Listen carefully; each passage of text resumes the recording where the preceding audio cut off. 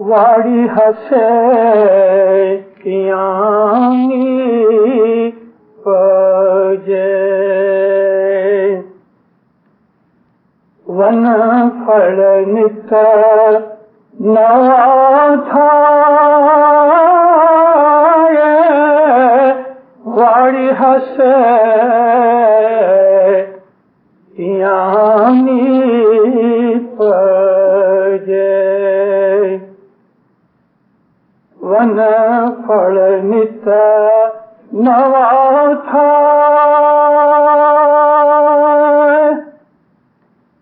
ستگر ہسیا نی پجے دھرمی نت نوا تھا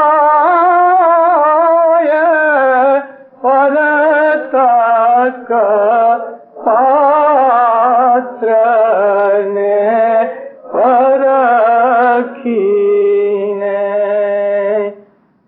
پریم پوجو نپائے چود بھون تانو اے دھنی پر گھٹ جو گما ہے پرتا کپارن پر کھینے مولانا حضرت امام پشور پربامینو اللہم صلی اللہ محمد واڑی ہسے تیاں سیچ سے ون پھل نت نوا تھائے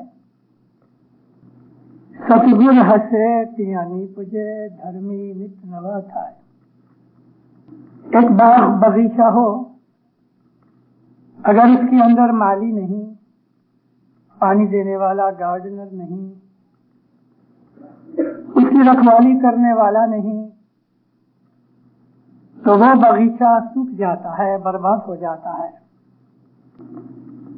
ایک باغیچے کے اندر یا کسی ہم افریقہ کی زبان میں اس کو شامہ کہتے ہیں، باغ باغیچے میں پھل کے جھاڑ ہیں، درخت ہیں، پھول ہیں. جس طرح ایک انسان کی زندگی کے اندر اس کے بدن میں سے بہت سی گندی چیزیں نکلتی رہتی ہیں، بال بھی گرتے رہتے ہیں، ہماری جو اسکن ہے اس کے اندر بھی لاکھوں سیلز ایوری ڈے ٹوٹتے گرتے رہتے ہیں، ناخن نکلتے رہتے ہیں، پسینہ نکلتا رہتا ہے. ایسا ہی دیندارو ایک باغیچے کے اندر پھل پھول بگڑتے ہیں، کملا جاتے ہیں، سڑ جاتے ہیں، تو جو باغ کا مالی ہے وہ ایک یا تو کوئی کتر لے وے، کینچی لے وے یا چھری وغیرہ لے کے اس کو وہ پرون کرتا رہتا ہے، کاٹتا رہتا ہے، سڑی ہوئی چیزیں نکالتا رہتا ہے، اور وہ پھل پھول باغ باغیچہ اچھا رہتا ہے، ہرا رہتا ہے. اسی طرح سے جو جماعت ہے وہ مولا کی واڑی ہے، باغیچہ ہے. مولا کے اس باغیچے کے اندر پھل بھی ہیں، پھول بھی ہیں، کانٹے بھی ہیں. باغ باغیچے کے اندر جس طرح سے پھل پھول پتے وغیرہ عمر کے حساب سے سڑ جاتے ہیں، جھڑ جاتے ہیں، گر جاتے ہیں، اور جو نہیں گرتے تو ان کو مالی کاٹ کوٹ کے صاف کرتا رہتا ہے، ایسا ہی جماعت کے اندر اپنا رحمت کرنے والا امام اپنی بے حساب رحمت اور دیا سے یہ کام کرتا رہتا ہے. اور وہ کام کس طرح سے ہیں کہ ہم ہر روز جماعت خانے آ کے اپنے گناہوں کی معافی مانگتے ہیں. जमात जिस तरह से बागीचा है और फूल में से खुशबू आती है, फलों में से मिठास और स्वाद मिलता है, बाग बगीचे के अंदर खूबसूरत रंग होते हैं, कई शेड हैं कलर्स के, हर एक कलर के।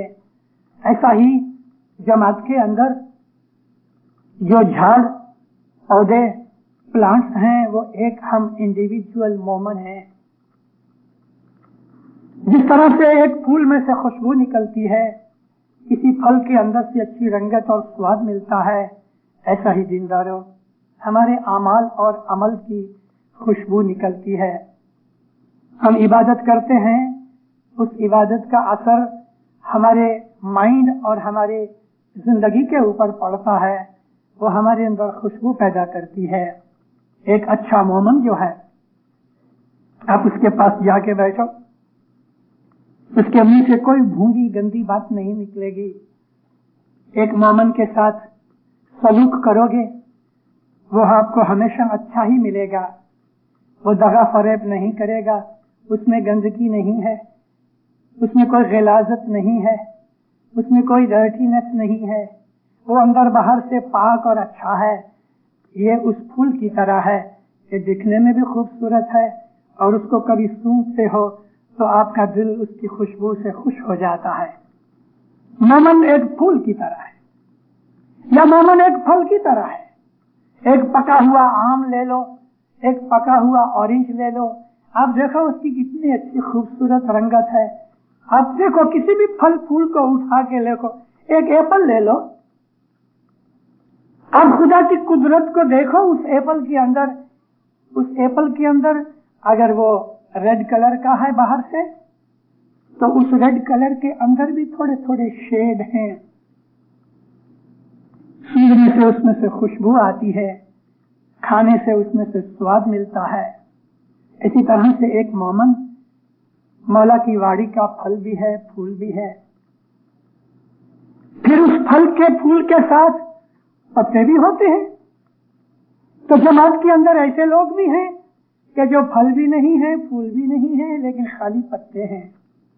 ये वो लोग हैं कि न जिनके आमाल अच्छे हैं, न जिन्होंने आमाल अच्छे करने की कोशिश की, लेकिन इमाम के वाड़ी के भले फल फूल न सही, पत्ते तो हैं।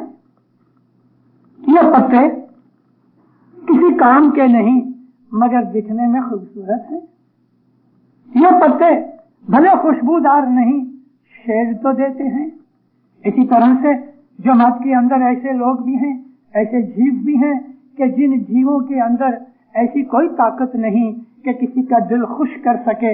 यानी ना तो वो फल है कि खा के स्वाद करके आदमी उसको उसमें से मजा उठा के खुश होए, ना वो गुलाब के फूल की तरह है कि आदमी उसको खुशबू सूंघे तो खुश हो जाए और अपने कोट के लेबल के ऊपर लगाए तो उसको डेकोरेशन मिलती है।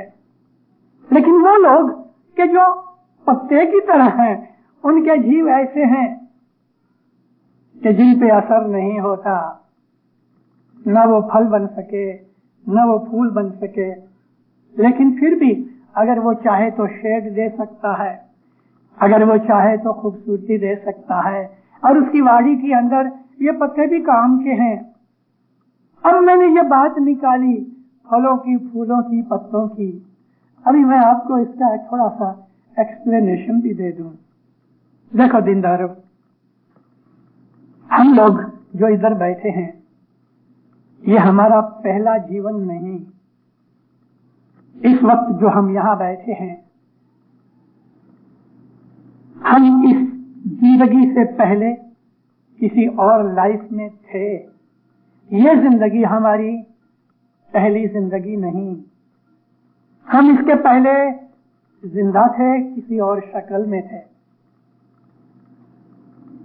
हो सकता है कि हमारे में बाज आदमियों की ये जिंदगी पहली जिंदगी होवे और उनको मरने के बाद दूसरी जिंदगी नहीं मिले, लेकिन ऐसे थोड़े होंगे। हमारे में मेजॉरिटी ऐसे लोगों की है कि जो मरने के बाद फिर पैदा होंगे। ये तबके हैं, जीव के रूह के तबके हैं। कुरान पाक में हमें इस बात के इशारे मिले हैं। खुदा ने 2-3 जगह कहा है कि ये तुम कुछ पहली बार पैदा नहीं किए गए, और ये भी कहा कि तुम लोग मरे हुए थे, मैंने तुम्हें जिंदा किया, मैं फिर तुम्हें मौत दूंगा, फिर जिंदा करूंगा। ऐसी 27 जगहों के ऊपर अल्लाह ताला ने कुरान शरीफ में 27 आयतें हैं कि जिनके अंदर हमारी जिंदगी पास्ट और फ्यूचर की जिंदगी का जिक्र किया गया है। आम मुसलमान भाई इस बात को मानते नहीं और हमें उस चीज की कोई परवाह भी नहीं। हमारा इस्माइली मजहब जो है वो इस्लाम के शरीर में ब्रेन की तरह है, और ये लफ्ज मौलाना इमाम सुल्तान मोहम्मद शाह सल्लल्लाहु अलैहि के हैं। इमाम ने दरसलाम के अंदर एक दफा तालिका भेजा था। मौला फरमाया कि इस्लाम के बदन में इस्माइली मजहब ब्रेन की तरह है। तुम लोग, यानी इमाम फरमाया कि इस्माइली जो हैं वो मुसलमानों का लीडरशिप लेवे, उनको लीड करो, उनको सही इस्लाम की तरफ राग़िब करो।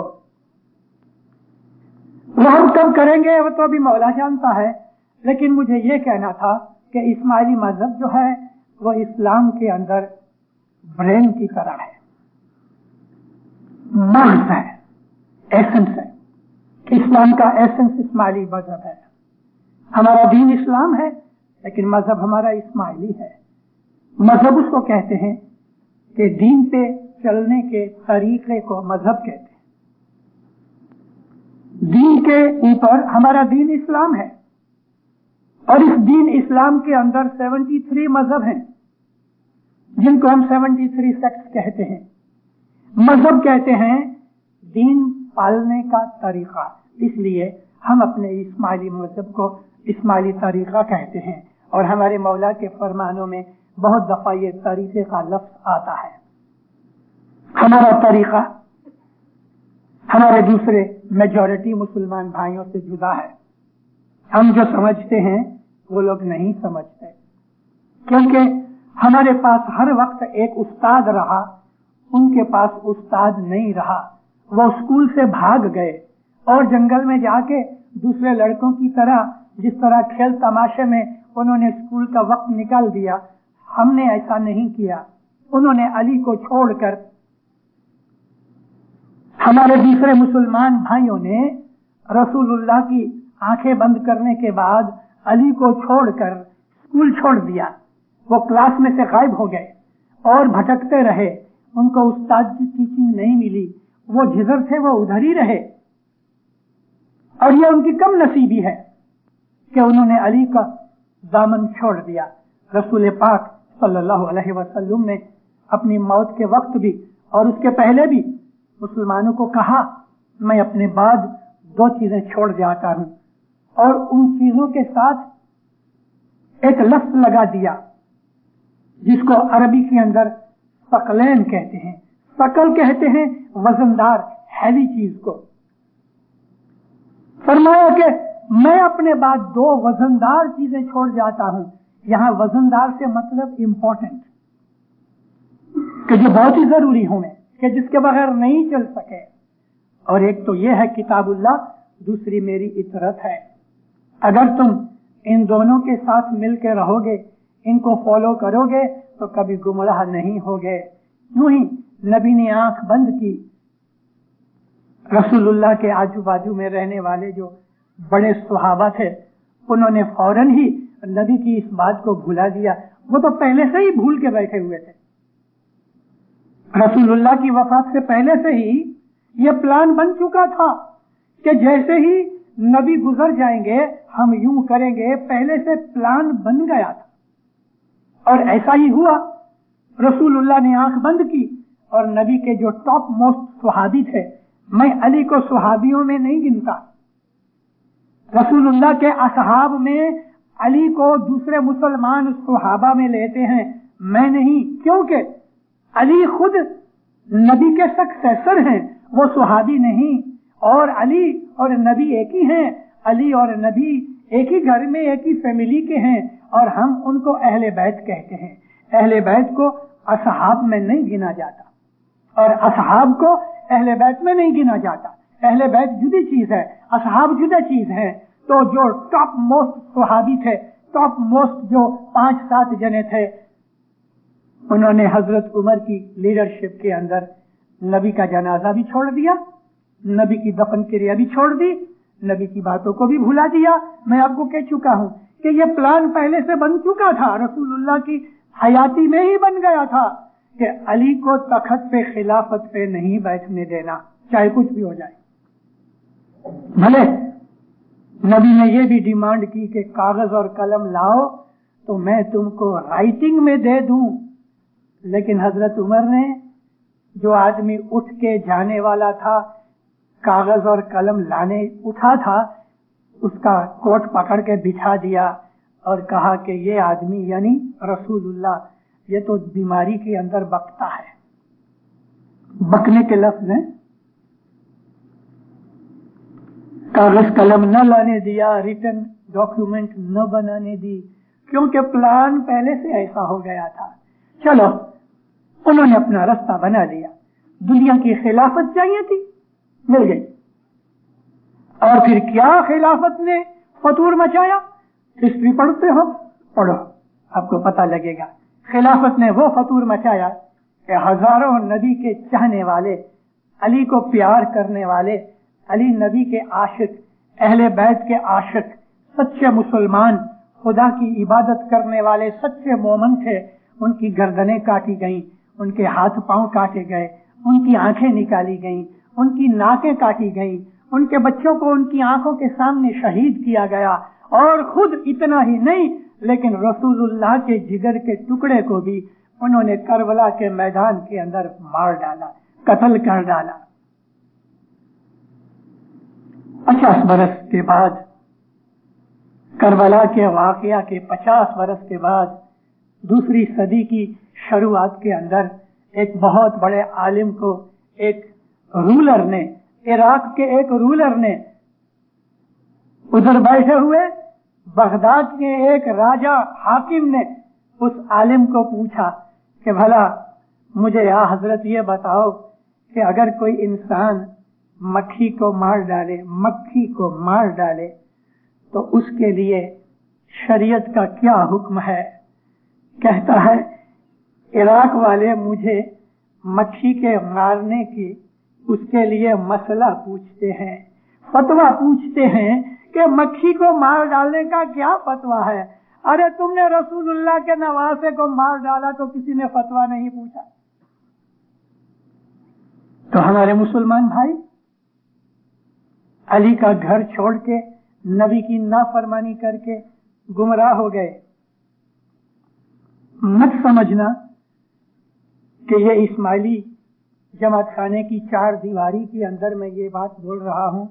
मौलाना हाजिर इमाम की रहमत से मैंने 10,000 सुन्नियों के अंदर यही बात कही है। महज सुन्नी भाई क्यों कही? कि मेरे पीछे हथियार है, उनकी ही लिखी हुई किताबें बगल में हैं, किसी की ताकत है बोल सके। और मैं आपको जो चीज कह रहा हूं वो सुन्नी सोर्सेज में भी है। गुमराह हो गए।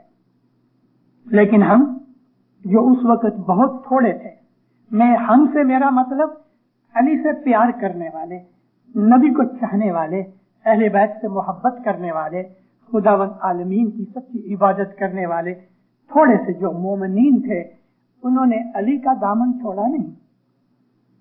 इन अली के दामन में रहने वालों ने बड़ी बड़ी तकलीफें उठाई, बड़ी बड़ी तकलीफें उठाई, और वो अपनी तकलीफों में, अपने इम्तिहान में, अपने एग्जामिनेशन में पूरे रहे। सब कुछ घुमा दिया, ईमान नहीं घुमाया। और खुदा ताला का तो हमेशा से काम रहा, खुदा अपनी आदत बदलता नहीं, कभी बदलेगा ही नहीं। वो अपने मोमिनों को, अपने आशिकों को टेस्ट करता रहता है, और फिर जरा भी थोड़े से स्लिप हो जाते हैं तो उसको फिर निकाल देता है। जी कुरान शरीफ की इस इशारे का ये एक गिनन में पाठ है। अल्लाह फरमाता है कि अल्लाह तुम्हें तुम्हारी औलाद, माल, तुम्हारी बदन, तुम्हारी जो कुछ भी दुनिया के अंदर पोजेशन है उसमें तुम्हारा इम्तिहान लेगा। अथर्वेद माहे इम भाखिया शामारो तोले मुनिवरनो ईमान एतिया ओछा खोटा काढ़ी नाक से जिम तंबोली कातरी नाखे पान। अथर्ववेद से यहाँ मतलब कुरान पाक है, क्योंकि हमको कपिल सदर ने कहा कि अथर्ववेद तो धनी है कुरान, अथर्ववेद ही कुरान का नाम है। लेकिन हिंदुओं के अंदर इस्माइली मजहब दाखिल करने के लिए उनको कह दिया कि देखो कुरान है वही अथर्ववेद है और अथर्ववेद है वही कुरान है। उसमें यूं फरमाया अल्लाह ने कि शामारो तोले मुनिवरनो ईमान, मोमिनों को टेस्ट किया जाएगा।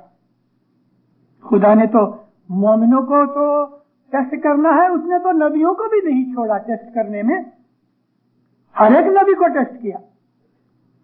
तो नबी से जो छोटे थे मोमिन थे उनको भी टेस्ट किया।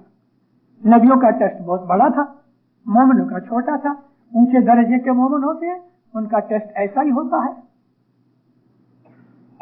तो फरमान किया कि जो खुदा ताला से मोहब्बत करने वाले हैं उनका ईमान तोला जाएगा, और फिर जो फेल हो जाएंगे उनको इस तरह से डिस्कार्ड कर देगा, इस तरह से काट के फेंक देगा कि जिस तरह से एक तंबोली पान बेचने वाला खराब रस जो पान होता है उसको काट के फेंक देता है। यही बात मैंने पहले पाठ में आपको सुनाई कि जो बगीचे का माली है वो माली भी इसी तरह से सड़े हुए पत्तों को काटता रहता है, सड़ी हुई झांखड़ियों को तोड़ता रहता है ताकि दरख्त जो है, प्लांट है, वो अच्छा रहे, हेल्दी रहे। जमातों के अंदर ऐसी बातें बनती रहती हैं हर जमाने के अंदर, विदाउट एक्सेप्शन। हमारी इस्माइली जमात रही, हमारा नाम आज इस्माइली है। मौलाना शाह इस्माइल के पहले हमारा नाम शिया था, शिया ने अली था, अली से पहले हमारा नाम कुछ और होगा। हर जमाने के अंदर हम इस्माइली एक ही ग्रुप रहे हैं। जब से दुनिया बनी, सारी दुनिया में हर जमाने के अंदर जितने भी लोग थे, चाहे 10 करोड़ थे कि 100 करोड़ थे, लेकिन इंसानों का एक ग्रुप ऐसा रहा कि जो सच्चे रास्ते के ऊपर रहे और उस जमाने की खुदा ताला की तरफ से हिदायत करने के लिए जो नबी भेजे गए उस नबी की हुक्म बर्दारी करते रहे। इंसानों के वो ग्रुप को हम इस्माइली कहते हैं। हम उस ग्रुप से लिंक चले आते हैं। हमारी लिंक 1000-2000 बरस की नहीं है। हर जमाने के अंदर जो सच्चे मोमिनीन थे उनको हमारे मजहब ने सतपंथी कहा। चाहे वो जमाने की लैंग्वेज में, कोई भी जबान में उनका नाम होगा, लेकिन हमने उनको एक नाम दे दिया, सतपंथी। और उसी को अल्लाह ताला ने कुरान शरीफ के अंदर इबाद कहा। इबाद कहते हैं आबिद की प्लूरल है, इबादत करने वाले। इबादत करने वाले जो हैं वो हर जमाने के अंदर थे। तो मौला अली के जमाने के अंदर जब खिलाफत हजरत अबू बकर और हजरत उमर ने झूठ ली, छीन ली, उनका हक नहीं था, और अली ने उनको कहा भी तुम्हारा हक नहीं, लेकिन मैं तलवार नहीं उठाऊंगा।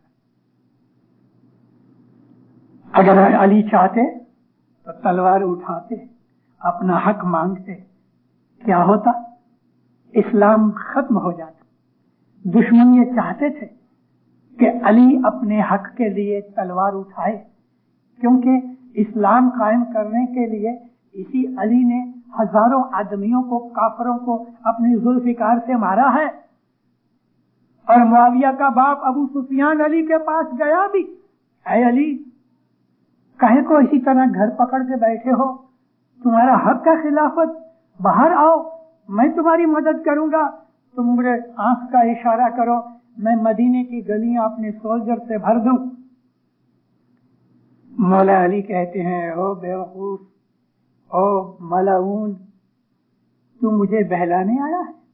मैं तेरी फितरत को जानता हूं। यही अबू सुफियान सारी जिंदगी अली नबी के सामने लड़ता रहा, इस्लाम का सबसे बड़ा दुश्मन था। लेकिन जब मक्का फतह हो गया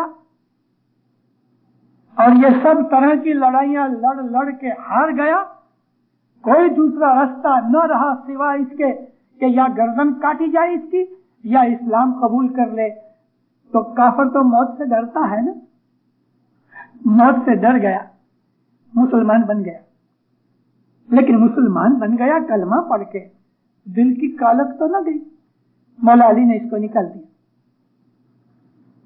बहुत थोड़े, अगर मैं संख्या कहूं तो जो मुझे मालूम नहीं, लेकिन जो किताबों हिस्ट्री के अंदर से मालूम होता है, तो मैं नहीं समझता कि 10,000 से भी ज्यादा सच्चे मुसलमान मौला अली के पीछे होते। इन लोगों ने बड़ी बड़ी दुख और तकलीफें उठाई। हम इस्माइलियों ने हर जमाने के अंदर अपने इमामों के हुक्म पे कुर्बानियां की। तो दीनदारों, हमारे अंदर, हमारी जमीयत में, हमारी फैमिलीज में सब जीव एक ही लेवल के नहीं थे। जो ऊंची लेवल के थे वो फल और फूल की तरह थे कि जो खुद कुर्बानी दे के जमात को बचाते रहे, सेवा करते रहे। हमारी जमातों के अंदर हर जमाने के अंदर ऐसे जीव रहे कि जिन्होंने दुख उठाए, तकलीफें उठाई, हर हालत के अंदर जमात की खिदमत करते रहे। इन लोगों में से मैं आपको एक की मिसाल दूं, सिर्फ एक की, इसलिए कि आप उसमें से कुछ सीख सको। अबू जर गिफारी नाम के एक आदमी थे। अबू जर गिफारी मौला अली के बड़े प्यारे थे। रसूलुल्लाह भी उसको बहुत प्यार करते थे। इसके बड़े बड़े बच्चे थे, बहुत बड़ी फैमिली थी। सबको छोड़ छाड़ के जब ये रसूल पाक की खिदमत में आया, तकरीबन 55-56 बरस की उम्र थी, और मौला के हुजूर में आके, अली के हुजूर में आके इसने इस्लाम कबूल किया और अली नबी की मोहब्बत और दोस्ती के अंदर इसने इबादत की। रसूल अकरम ने जब इसको मुसलमान बनाया तो बैत करते वक्त कहा, ऐ अबू जर, इस बात के ऊपर मैं तेरी बैत कबूल करता हूं कि कुछ भी हो जाए हक बात कहना। इसने कहा, या रसूलुल्लाह, मैं इस बात पे बैत करता हूं कि मैं हर वक्त हक बात कहूंगा चाहे कुछ हो जाए। और हकीकत में उसने मुंह में से निकाला हुआ वचन पूरा किया। मालदार आदमी था, बहुत बड़ा कबीला था। सब कुछ छोड़ के, अपना घर बार छोड़ के, अपनी खेतर छोड़ के, उम्र बड़ी हो गई थी। बच्चों को कह दिया, मैंने खूब दुनिया के अंदर ऐश आराम किया है, अब मैं बाकी की जिंदगी खुदा की राह में लगाता हूं। तो इधर आ गया मदीने के अंदर। सच्चा आदमी था, आबिद और परहेजगार था। मैं आपको एक और बात भी कह दूं, हमें हिस्ट्री में से यह बात का पता लगता है कि आम मुसलमानों के साथ मिलके जो रसूल अकरम वाज नसीहत वगैरह किया करते थे, इसके अलावा दरवाजे बंद करके छुपी रीत से ऐसे 40-50 आदमी थे कि जिनके साथ बैठ के नबी कुछ और गुफ्तगू किया करते थे कि जो आम लोगों को पता नहीं है। ये चीज हमको हिस्ट्री में से बहुत मिलती है। इन 40-50 आदमियों के साथ थोड़े से और भी आदमी थे, तकरीबन 300 के करीब ऐसे लोग थे कि जिनको असहाब सुफ़ा कहते हैं। ये वो असहाब थे कि जो मस्जिद के बाजू में ही एक छोटा सा शेड बनाया गया था। ये 300 आदमी अपना घर बार छोड़ के महज खिदमत के लिए ही, क्योंकि उम्र इनकी बड़ी हो गई, बच्चे बड़े हो गए थे और फैमिली की कोई भी जवाबदारी, रिस्पॉन्सिबिलिटी इनके ऊपर नहीं थी, तो ये लोग सुरबंदी हो गए। ये लोगों ने लाइफ डेडिकेट कर दी। हमारे यहाँ ये जो लाइफ डेडिकेशन है, मत समझना कि 5,000 शिलिंग या 5,000 रुपया लेके हम ये लाइफ डेडिकेशन देते हैं और लाइफ डेडिकेशन इंग्लिश लफ्ज होने की वजह से हमको कुछ नवाई लगती है। अरे ये लाइफ डेडिकेशन तो रसूलुल्लाह के जमाने में थी, मुसलमानों को पता नहीं है, सिर्फ आलम हिस्ट्री में पढ़ लेते हैं लेकिन उसमें से सीखते कुछ भी नहीं। ये 300 आदमी जो असहाब सुफ़ा थे, इनकी उम्रें काफी बड़ी हो गई थी और फैमिली की कोई जवाबदारी नहीं थी। इन्होंने आके रसूलुल्लाह को अपनी लाइफ डेडिकेट कर दिया। नबी, हम आपकी खिदमत के अंदर है, अल्लाह की गुलामी करने के लिए आप हमें कोई खिदमत दो। तो नबी किसी को वाज करने के लिए इधर भेजते थे, किसी को कारसाजी लेने के लिए इधर भेजते थे, किसी को ज़कात इकट्ठी करने के लिए भेजते थे, किसी को मैसेज दे के किसी और के पास भेजते थे। ये असहाब सुफ़ा लाइफ डेडिकेशन के मेंबर्स थे। इनमें 40-50 ऐसे लोग थे कि जो हायर ग्रेड के थे। उनमें एक ये अबू ज़र ग़िफ़ारी था। इसके ऊपर हजरत उस्मान ने जो जुल्म किया, बात छोड़ दो। हजरत उस्मान तीसरे खलीफा थे और वो बनी उमैया में से थे। उस्मान का दादा और मुआविया और सुफियान का दादा एक था। बनी उमैया के खानदान में से चले आते थे, इसलिए इसके दिल के अंदर बनी उमैया की जो मोहब्बत थी, उस मोहब्बत की वजह से इस्लाम को बहुत नुकसान पहुंचा। एक अंधा प्रोफेसर इजिप्ट में थोड़े बरस हुए गुजर गया। मैं नसीबदार हूं कि मैं ऐसे शख्स को मिला हूं। कैरो में मैंने उसकी एक दफा मुलाकात की थी। उसका नाम ता हुसैन, TAH, ता हुसैन। अंधा था लेकिन यूनिवर्सिटी का प्रोफेसर था।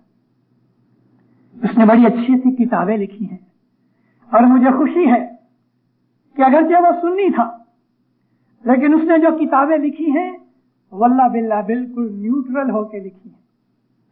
उसने लिखा है कि हजरत उस्मान जो थे उन्होंने डिसऑनेस्टी की।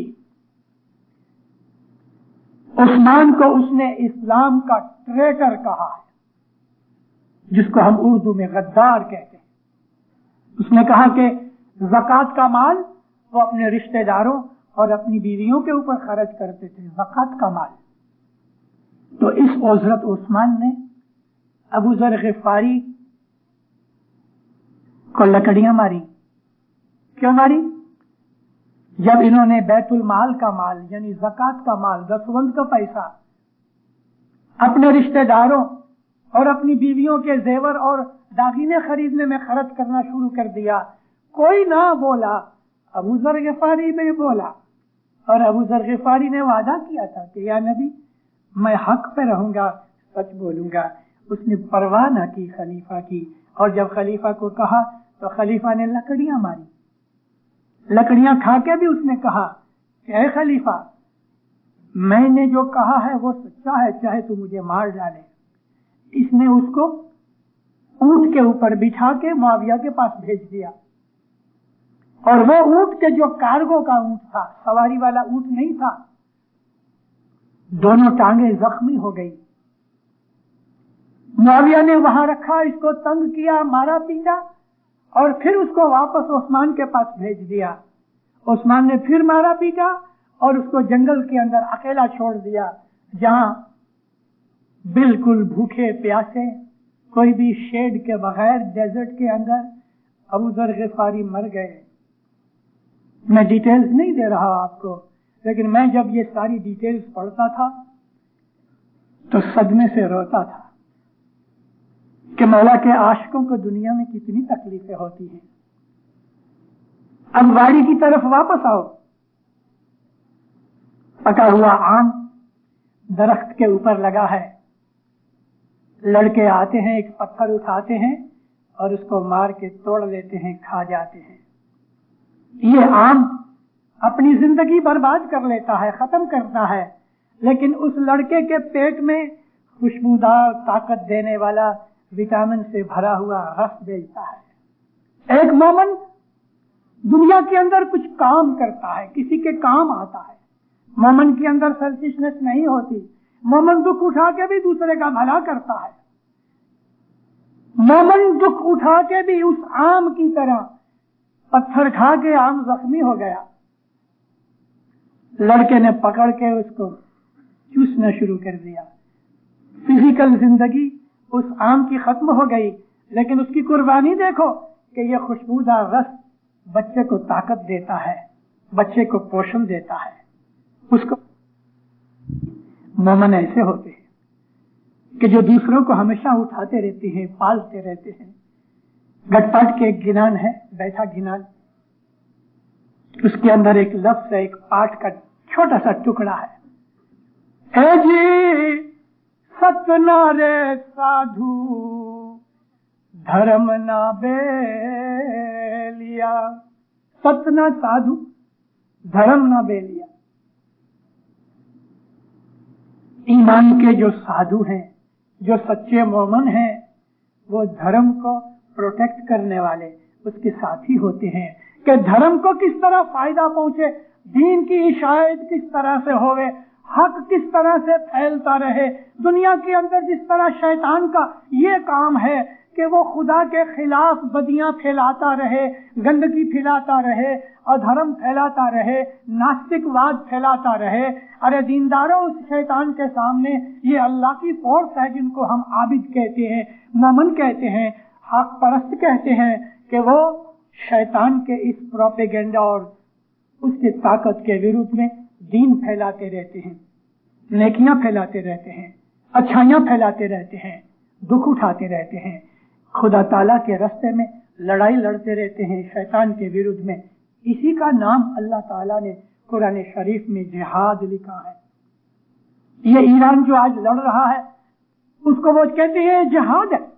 अरे तुम तो मुसलमान को कत्ल कर रहे हो, इराक वाले ईरान को कत्ल करते हैं तो कहते हैं ये जिहाद है। ईरानी है वो इराकियों को कत्ल करता है तो कहता जिहाद है। क्या ये खुदा की लड़ाई है कि मुसलमान मुसलमान को मारे? लड़ाई तो ये है कि तुम शैतान की फोर्स का सामना करो, गंदगी बंद कराओ, नास्तिकवाद बंद कराओ, खराबियां, बुराइयां, बदियां, गुनाहों को रुकवाओ। ये हमारी इबादत है और ये हमारा काम है। इस्माइलियों ने हमेशा ऐसा ही किया है कि इस्माइली लोग हक परस्ती के ऊपर रहे, इशायत इस्लाम का काम करते रहे। और वो काम सिर्फ ये नहीं कि मेरी तरह खड़े होकर वाज कर लिया और पूरा हो गया, बल्कि वाज करने वाला, इबादत करने वाला, उस आदमी का अंदर बाहर एक जैसा होता है। एक इबादत करने वाला जो आदमी है वो इबादत करे, वाज करे, नसीहत करे, नेक नसीहत करे, किसी की मदद करे, किसी की खिदमत करे, मगर उसके साथ उसका ज़ाहिर बातिन एक होना चाहिए। हम इस्माइली मजहब के अंदर आके हमारी दुआ बंदगी जो जमात खाने के अंदर है, या बहुत से भाई बहन सुबह आते हैं तो ये समझ लेते हैं कि हमारा मजहब पूरा हो गया। दीनदारों, इतना काफी नहीं है। आप 3 वक्त की दुआ पढ़ लो, इतना काफी नहीं। ये तो बच्चे भी करते। आप हर रोज जमात खाने आ जाते हो, इतना काफी नहीं। काफी से ज्यादा हमारी मेहनत ये होनी चाहिए कि हमारा मजहब मजबूत हो, हमारा ईमान मजबूत हो। जो जमात खाने नहीं आता उसको लेके आओ, लेकिन खुद आने तो हम किसी को कह सके कि तुम जमात खाने आओ। मैं ही जमात खाने नहीं आता तो मैं दूसरे को क्या लाऊंगा? हमारा ईमान मजबूत होना चाहिए और हम दूसरों के ईमान को मजबूत करें। मजहब का फैलावा ये है, इसका नाम है जिहाद, जिसको हम दीन की लड़ाई कहते हैं, जिसको हम रिलीजियस वॉर कहते हैं। खुदा की लड़ाई, खुदा की लड़ाई ये है, नेकियां फैलाओ, नेकियां करो, बदियों को रोको और खुद भी बदी ना करो। अब दीनदारों, इतनी बातें कर लेने के बाद मैं आपको किसी और साइड पे ले जाना चाहता हूं। वो साइड ये है कि इसी पाठ के अंदर कि जमात मौला की वाड़ी है, जो हमेशा माली के साथ माली की मदद और देख रेख के नीचे वाड़ी बगीचा हरा भरा रहता है, तो फरमाते हैं इसी तरह से जमात वाड़ी है और गुरु पीर जो है वो हमेशा नवे नवे धर्मी बनाता रहता है। धर्मी नित्य नवा था। हम जरा सुस्त हो जाते हैं, कोई तालिका आ जाता है, कोई मिशनरी आ जाते हैं, कभी खुद खुदावंद मौलाना हजरत इमाम आ जाते हैं, तो हमारा ईमान फिर से ताजा हो जाता है। जिस तरह पानी के छींटे डालने से ग्रीनरी हरी फ्रेश हो जाती है, वेजिटेशन के ऊपर पानी के छींटे डालो फ्रेश हो जाती है, ऐसा ही आवाजें जो हैं वो पानी के छींटे हैं, गिनान है वो पानी के छींटे हैं, फरमान है वो पानी के छींटे की तरह है। आवाज तो आप समझते हैं, फरमान भी समझते हैं, लेकिन एक कम नसीबी हो गई गए 25-30 बरस के अंदर कि दिन ब दिन हमारे लोगों के अंदर गिनान से प्यार घट गया। एक वजह तो ये कि भाषा गुजराती घट गई और गुजराती जबान भूलते जाते हैं, इस वजह से हमने गिनानों को समझना भी भुला दिया। दूसरी कुछ और भी फिजिकल वजह हो गई कि बाज़ जगह के ऊपर गिनानों के साथ दुश्मनी की गई, गिनानों को मिटाने की कोशिश की गई, गिनानों के हाथ पांव काटने की कोशिश की गई, गिनानों को जलाने की कोशिश की गई, गिनानों का मुंह बिगाड़ने की कोशिश की गई। किसी ने गिनान का नाक काट डाला, किसी ने गिनान की आंखें निकाल डाली, किसी ने गिनान के कान काट डाले, किसी ने कोई उंगली काट डाली, और इस तरह से आहिस्ता आहिस्ता गिनानों के शब्दों में भी फेरफार हो गए, गिनानों के बोलने में फेरफार हो गए, गिनानों के राग रंग में फेरफार हो गए। लोगों के अंदर से गिनानों की समझ घटती गई और गिनानों में जो छुपा हुआ खजाना था वो जमीन के अंदर इस तरह से पड़ा रहा कि जैसे एक छोटी सी लोहे की पेटी में हीरे जवाहरात रख दो और उसके ऊपर थोड़ी मिट्टी डाल दो, आहिस्ता आहिस्ता आहिस्ता आहिस्ता धूल मिट्टी बढ़ती गई, और जैसे जैसे धूल मिट्टी बढ़ती गई तैसे तैसे वो खजाने की पेटी नीचे नीचे नीचे दफन होती गई। गिनानों की एक खजाने की पेटी रोज बरोज धूल मिट्टी में दफन हो रही है, और हम लोग उस चीज से महरूम हो गए कि जिस चीज के लिए हमारे इमाम ने इशारा किया कि इस प्रणालिका को जो वंडरफुल है संभाल के रखो, सिर्फ तुम अपने लिए ही नहीं, उन नस्लों के लिए, उन जनरेशन के लिए येट टू बी बॉर्न। हजरत इमाम ने कहा जो नस्लें, जो बच्चे अभी तक पैदा नहीं हुए, उनके लिए ये गिनानों का खजाना संभाल के रखो। मगर हमने गिनानों से दुश्मनी की। हर एक चीज का खुलासा जाहिर में हजरत इमाम नहीं दिया करता जब तक कि हम उसके पास जाके कुछ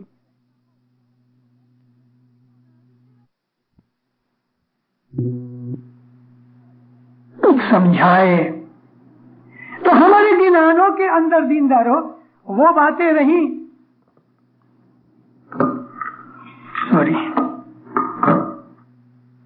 वो बातें कि जो हमको जिंदगी गुजारने के लिए मौत के पहले और मौत के बाद की हमारी जिंदगी के लिए जो जरूरी चीजें थी हमको गिनानों में से मिलती है। मैं आज आपको, अभी मैंने कहा, एक दूसरी साइड की तरफ ले जाना चाहता हूं। 2 बरस पहले मैं यहां आया था। इसके पहले मैं 79 में आया था। 79 और 82 मेरी दोनों मुसाफरियों में कनाडा के अंदर मैंने जमातों का ध्यान खींचा है।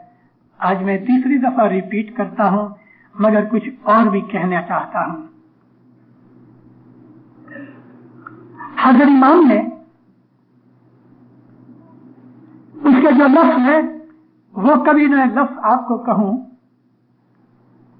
मैंने फरमाया कि जब युगांडा की अंदर खराब हालत हो गई और एशियंस को ईदी अमीन ने निकल जाने के लिए हुक्म किया तो माँ बाप कहते हैं आई टुक ए कैलकुलेटेड रिस्क। इसमें भी प्लान पहले से बना रखा था कि कनाडा के अंदर मेरी जमात जाएगी। अफ्रीका में इमाम सुल्तान मोहम्मद शाह सल्लल्लाहु अलैहि ने 51-52 के अंदर फरमान भेजे काली के मुबारक से कि तुम लोग कांगो जाओ, और फिर फरमाया कि कांगो ईस्टर्न साइड में नहीं, अटलांटिक तक पहुंचो। फिर एक तालिका भेजा और इस बात के लिए रिमाइंड कराया और फरमाया कि मैं फ्यूचर में तुमको कहूंगा, ऐसा भी होगा कि तुमको कहूंगा कि क्रॉस दी अटलांटिक। इस 51 साल के अंदर बहुत से लोग खास तौर पे तंजानिया से कांगो गए, कुछ रह गए, कुछ वापस आ गए। चलो कांगो के अंदर जमात बड़ी हो गई, लेकिन इमाम जो चाहते थे वो ना हुआ, क्योंकि हम इमाम की बात को समझे नहीं। और उस वक्त कांगो में, बेल्जियम कांगो में जाके जो दुख तकलीफें, एक तो जबान की और दूसरे उधर के हालात की, हमारी मेजॉरिटी लोग वापस चले आए। कोई बुजुम्बुरा तक जाके चला आया, कोई बुरुंडी के अंदर ऊपर किसी और जगह चला गया और वापस चला आया, कोई बुकावू तक गया और वापस चला आया। थोड़े से लोग थे कि जो किनशासा तक पहुंचे। अगर हम उस वक्त इमाम की बात को सुन के अमल अगर करते तो दीनदारों, हमें यानी हमको, जमात को तकलीफें कम होती। हमने माना नहीं, अब क्या होवे? तो मौला इंतजार करते रहे, इंतजार करते रहे, इंतजार करते रहे। आखिर वो वक्त आ गया कि उसने वो कैलकुलेटेड रिस्क लिया और हमको इधर भेज दिया। बहन भाई हमारे कनाडा में आ गए, वस्ती बढ़ती गई, बढ़ती गई। अल्हम्दुलिल्लाह काफी बड़ी जमात हो गई, लेकिन ये जमात अभी भी छोटी है। ये जमात आज भी छोटी है। हम इस वक्त जितने हैं, इनसे 3 गुना ज्यादा जमात हमको इधर चाहिए और इंशाल्लाह होगी। मेरी आज की बात बहुत इंपॉर्टेंट है। इंपॉर्टेंट इसलिए है कि मैं अभी वो बात करता हूं कि जो शायद आपके माइंड में कभी नहीं होगी या किसी ने आपको नहीं कहा होगा, मगर मैं अपना फर्ज पूरा कर लूं। कभी ना कभी 10-20 वर्ष के बाद कोई याद करेगा कि मैंने आपका ध्यान खींचा था। मैंने अपनी वाज़ों के अंदर गए 5-7 साल से ये कहना भी शुरू किया है, अफ्रीका में भी, इधर भी, कि वो जमाना नजदीक आ रहा है कि जब इमाम ज़मान को दुनिया में एक जबरदस्त लड़ाई लड़नी पड़ेगी। शायद ये जौमा न भी होवे, दूसरा जौमा होगा, शाह करीम का जौमा नहीं होगा, तो इमाम कासिम शाह का शायद जमाना होवे। अभी नहीं बात बनेगी, मगर 125 साल के बाद ये बात बनेगी। हमारे पीरों ने जो गिनानों में लिखा है वो सच लिखा है, और मैंने गिनानों के ऊपर जो कुछ भी अभी थोड़े से मैंने रिमार्क्स किए हैं, उसमें मेरा मकसद था, और वो मकसद अभी कहता हूं आपको। हमको 900,000 बरस से ये चेतवनी दी गई कि आहिस्ता आहिस्ता आहिस्ता दुनिया के अंदर नास्तिकवाद, गुनाह, बदमाशी, शैतान पना, एविल चीजें बढ़ती जाएंगी, बढ़ती जाएंगी, बढ़ती जाएंगी, यहां तक बढ़ जाएंगी कि दुनिया में मुट्ठी भर सच्चे मोमन रहेंगे। दुनिया में जीना मुश्किल हो जाएगा। जो सच्चे मोमन होंगे वो दुआएं करेंगे कि ऐ अल्लाह, अब दुनिया में नहीं रहा जाता, ऐसी हालत हो जाएगी। और हमारे पीरों ने इतना भी कहा है कि 2.5% दुनिया के अंदर, दुनिया की आबादी का हिसाब करो तो 2.5% ही सच्चे नेक और मोमन होंगे। कभी 1 अरब की 1 बिलियन की आबादी होगी तो 100 करोड़ में से सारी दुनिया के अंदर 2-2.5 करोड़ नेक और अच्छे लोग होंगे। इस्माइली नहीं, नेक और अच्छे लोग हर कौम के अंदर हैं। और इस्माइलियों में भी सब नेक तो अच्छे नहीं है, इस्माइलियों में भी बदमाश और शैतान जैसे हैं। मगर यहां तो मैं बात करता हूं नेक और अच्छे लोगों की। क्या 1 बिलियन अगर बस्ती हो गए, आज लगभग 4.5 बिलियन की बस्ती है, और कभी मैं 125-30 बरस बाद की बात करता हूं, तो कोई नवाइज नहीं कि 22nd सेंचुरी के अंदर, आखिर में 22nd सेंचुरी की आखिर में शायद दुनिया में 10 बिलियन आदमी होंगे। कभी 10 बिलियन होंगे तो 10 अरब आदमियों के अंदर आपको दुनिया में 25 करोड़ आदमी नेक शायद न भी मिलेंगे। लेकिन पीरों ने कहा है कि 20 में से आधा यानी 2.5% हुआ। 20 में से आधा दुनिया के अंदर धर्म होगा, 19.5 हिस्से गुनाह और पाप होंगे, 97.5% बदियां बुराइयां होंगी, 2.5% अच्छाइयां और अच्छे लोग होंगे। तो जब ये बात बन जाएगी, आबिद लोग खुदा से दुआएं करेंगे और दुनिया के ऊपर गुनाह और बदियां, शैतान पना और ईविल चीजें ज्यादा हो जाने के कारण से जमीन कांपेगी, जमीन द्रूजेगी, धरती कंप आएंगे, वावाजोड़ा आएगा, पानी के फ्लड्स आएंगे, जमीन बीमार हो जाएगी। जिस तरह बीमारी में पसीना निकलता है, ऐसा जमीन के ऊपर फ्लड्स आएंगे। बीमारी के अंदर बदन कांपता है, जमीन के अंदर ज़लज़ले आएंगे, जिसको हम अर्थक्वेक्स कहते हैं। किसी किसी जगह जमीन अंदर की आग बाहर निकालेगी, जिसको हम वोल्केनिक फोर्सेस कहते हैं। इस तरह से जमीन दुखी होगी, क्योंकि गुनाह करने से जमीन को दुख मिलता है। और जमीन दुखी होने के कारण से क्या होगा?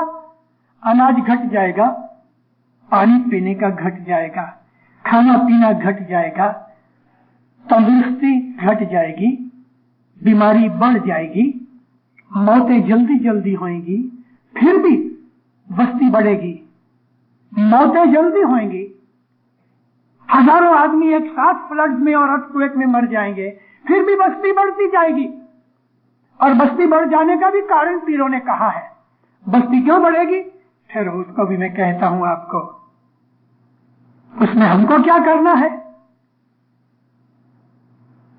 तो इस तरह से जब वो वक्त आ जाएगा, एक तरफ मोमन दुआएं मांगेंगे, दूसरी तरफ जमीन दुखी हो रही है, तब वो अल्लाह का नूर उस जमाने के अंदर जो भी इमाम का वारा होगा, वो इमाम नर कासिम शाह खड़े होके एक लड़ाई अरेंज करेंगे।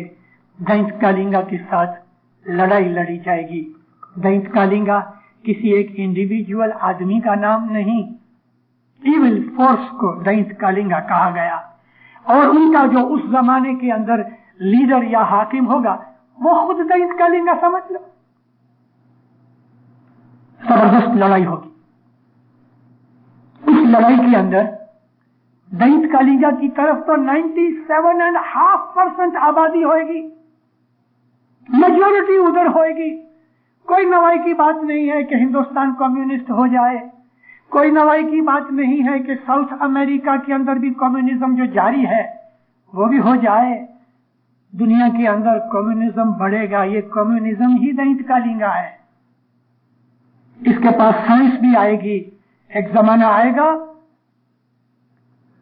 शायद हमारे पोतरे देखें या उनके भी बेटे देखें, 3rd जनरेशन को शायद पता लगे, लेकिन अभी से हमको उसकी निशानियां मिलती हैं। सूरज निकला नहीं, लेकिन सुबह की पौ फटी है। इस तरह से पीरों के वो गिनान जो आज से 900 बरस पहले के 1000 बरस पहले लिखे गए, उनकी आज लाइन, रोशनी की लाइन नजर आ रही है। और वो ये है कि साइंस बढ़ती जाती है, बढ़ेगी, चाइना पावरफुल होएगा, बहुत पावरफुल होएगा, सारी दुनिया मिलके भी चाइना से घबराएगी, अमेरिका की कोई क्लास नहीं होगी उस वक्त चाइना के सामने, न रशिया की कोई क्लास होगी। यही चाइना है कि जो सारी दुनिया को हिलाएगा। जब वो लड़ाई लड़ी जाएगी तो अपना तो लश्कर बहुत थोड़ा होगा। मैंने आपको कहा 2.5% दुनिया में नेक होंगे, और वो सबके सब नेक आदमी हजरत इमाम के मुरीद तो नहीं होंगे ना। हजरत इमाम को मानने वाले तो शायद 0.5% होंगे, और उन मानने वालों के अंदर भी दुख में पड़ के जान देने वाले, लड़ने वाले, कुर्बानी देने वाले, मौला की खातिर मरने वाले तो बहुत थोड़े होंगे। तो मौला का लश्कर बहुत थोड़ा होगा। तो ये थोड़े लश्कर से मौला लड़ने कैसे जाएगा? तो हमको पीरों ने कहा है कि उस वक्त रूहानियां आएंगी, रूहानियां 5 करोड़ लेके राजा पहलाज आएगा। हिंदू नाम सुन के हमारे बहुत से भाई भड़कते हैं, और खास तौर पे पाकिस्तानियों को हिंदू नाम से नफरत हो गई है। मगर गिनानों के अंदर हिंदू नाम नहीं, आप राजा पहलाज की जगह कुछ और रख दो, पहलवान खान रख दो।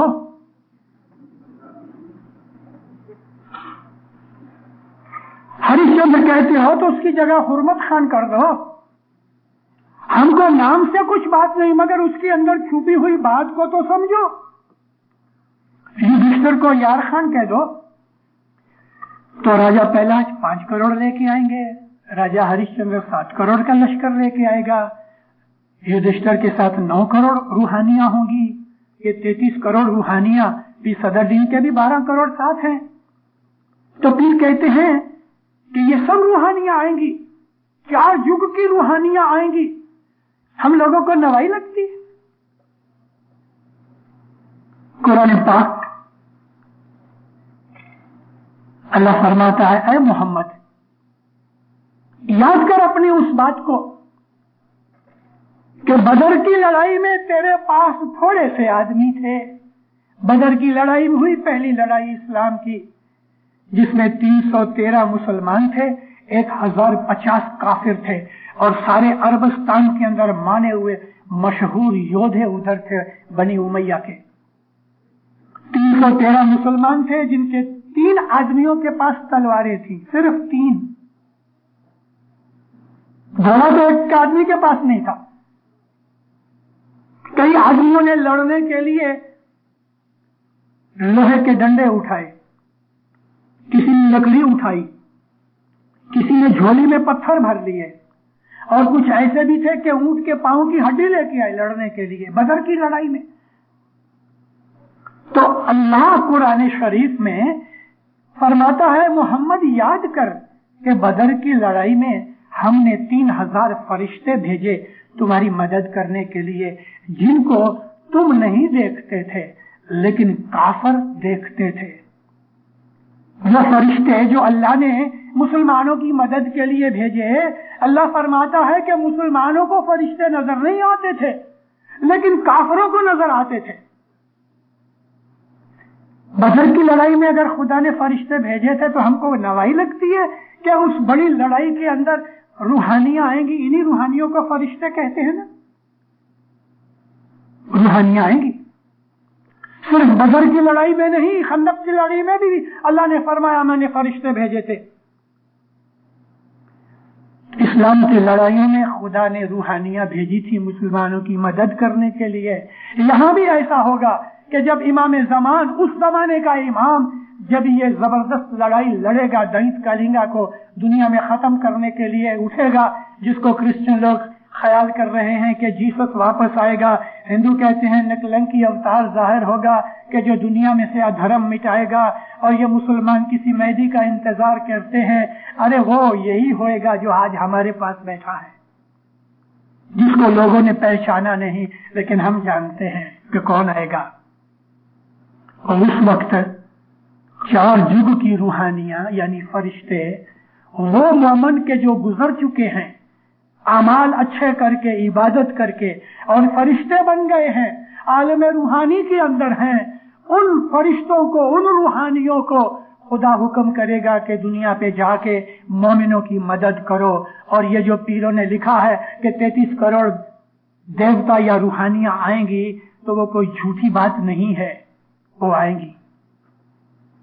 और दिलदारों, कई रूहानियां, वो रूहानियां कई उस वक्त रूहानी आलम में आएंगी, लेकिन कई बड़ी बड़ी रूहानियां दुनिया में जन्म लेंगी। दुनिया में जन्म लेने की बात जब आई तो अल्लाह ताला ने एक जगह यह भी कहा है कि इंसानों की मदद के लिए हम जो दुनिया के अंदर नबी भेजते हैं, तो कभी कभी हम फरिश्तों में से नबी बना के भेजते हैं। अभी नबी बना के भेजते हैं तो किस तरह से भेजते हैं? जन्म लेते हैं तो ना, नबी ने तो जन्म लिया ना। अल्लाह ताला कुरान पाक में फरमाता है कि बहुत से फरिश्तों को हमने नबी बना के भेजा, तो वो फरिश्तों ने जन्म लिया, इंसानी रूप में पैदा हुए। तो कभी आज हम ये बात माने इसी तरह से जैसे अल्लाह फरमाता है